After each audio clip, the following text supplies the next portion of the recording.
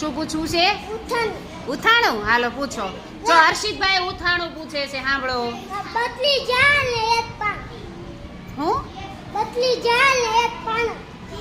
32 ઝાલ ઝાડ. ઓકે, હા સમજાઈ ગયું. ચાલો, હર્ષિતભાઈ પૂછે છે 32 ઝાડ છે અને એની વચ્ચે ભાઈ એક જ પાન છે. કોઈને આવડે છે? કોને આનો જવાબ આવડે છે? ચાલો સાક્ષીબેન બોલો તો. જીભ. હાલો હર્ષિતભાઈ ને પૂછીએ. હર્ષિતભાઈ સાચું. મોઢું. મોઢું પાન હોય? નહીં, એવું ન હોય. સાક્ષીબેન નો જવાબ સાચો છે. જો જીભ છે એનો આકાર પાંદ જેવો છે ને, પાંદડા જેવો, એટલે 32 ઝાડ એટલે કે આસપાસમાં દાંત અને વચ્ચે એક પાંદડું એટલે આપણી જીભ. તાળી પાડો ભાઈ.